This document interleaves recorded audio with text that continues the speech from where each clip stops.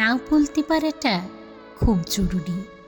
কোনো কিছু পছন্দ না হলে না বলতে শিখুন। কারো উপস্থিতি কাঁটার মতো বিঁধলে সেখানে শান্ত হয়ে দাঁড়িয়ে থাকবেন না, বরং হালকা হেসে এড়িয়ে যান। তাতে কারো খারাপ লাগলে লাগুক।